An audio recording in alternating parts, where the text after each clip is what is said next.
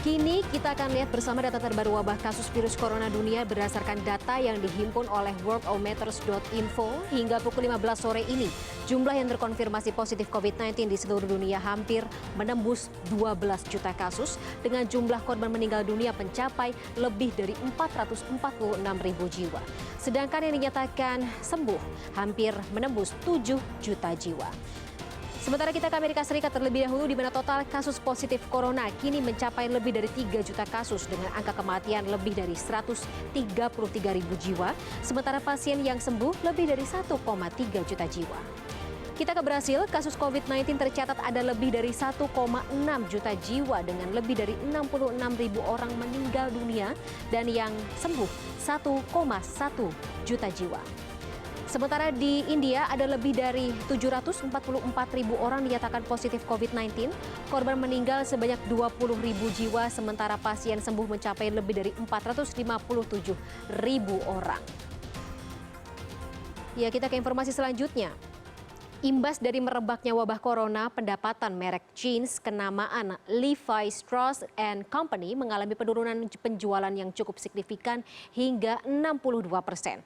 Penghentian kerja karyawannya pun tidak terhindarkan. Sedikitnya 700 karyawan atau sekitar 15% karyawan secara global rencananya akan diberhentikan kerja sebagai langkah penghematan Levi's imbas dari merebaknya pagebluk COVID-19. Meski demikian, pihak perusahaan Levi's menyatakan pemangkasan karyawan ini tidak akan mempengaruhi kinerja perusahaan. Langkah ini harus diambil untuk menghemat pengeluaran Levi's. Saat ini hampir seluruh toko jeans yang berkantor pusat di San Francisco, Amerika Serikat ini dibuka kembali. Produktivitas kinerja penjualan mencapai 80% dibandingkan dengan tahun lalu.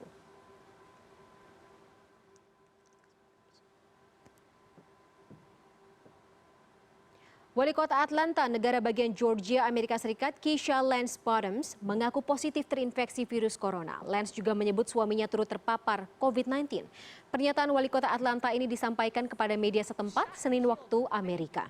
Lance menyatakan memutuskan mengikuti tes COVID-19 karena suaminya tidur lebih banyak daripada biasanya. Sebelumnya, Lance merasa tidak terinfeksi COVID-19 karena tidak memiliki gejala pada umumnya. Nama wali kota Keisha Lance Bottoms menyita banyak perhatian nasional atas penanganan aksi protes anti-rasialisme yang dilakukan yang berujung kerusuhan di Amerika. Lance bahkan menyebut atau disebut sebagai kandidat wakil presiden untuk Joe Biden.